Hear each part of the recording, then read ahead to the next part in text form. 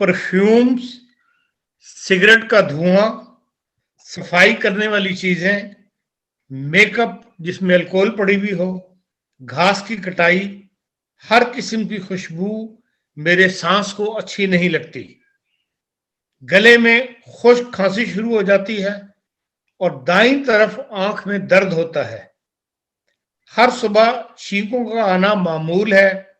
गले में बलगम पैदा हो जाता है। कमर के मोरे आपस में रगड़ते हैं तो दर्द होता है और बाईं साइड की टांग, इसके कभी टखने में कभी घुटने में दर्द होता है। ये एक ही मरीज ने लिखा है जी। जी, ऐसा मरीज ज्यादातर सर्द और खुश्क हो जाता है। ऐसे लोगों के जो लिवर है फैटी हो जाते हैं, तो उनको ये तमाम अलामात जो है हे फीवर की हैं। ये यानी कि अगर उनको डस्ट यह है कि सर्द और खुश्क होने की वजह से उसका ब्लड सर्कुलेशन ऊपर की तरफ हो जाता है और तमाम ग्लैंड्स जो हैं बहुत ज़्यादा सेंसिटिव हो जाते हैं। इस सूरत में शरबत काफूर उनको मदद दे देगा, क्योंकि उसके अंदर कुछ ऐसी अज्जा हैं जो उनके ग्लैंड्स को नॉर्मल करने में मदद करती हैं।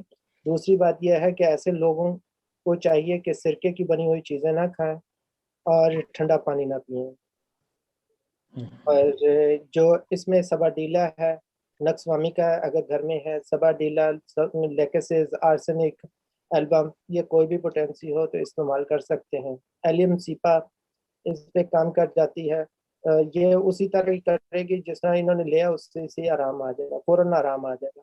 ऐसे पेशेंट को बार बार पेशाब की तकलीफ भी होती है और हॉट फ्लैशेस होते हैं, चेहरे पर बहुत गर्मी लगती है, अपेंडिक्स का दर्द होता है, पित्ते में पथरी हो जाती है। जैसे जैसे ये बीमारी बढ़ती है तो ये मुख्तलिफ तकलीफें पैदा कर देते हैं।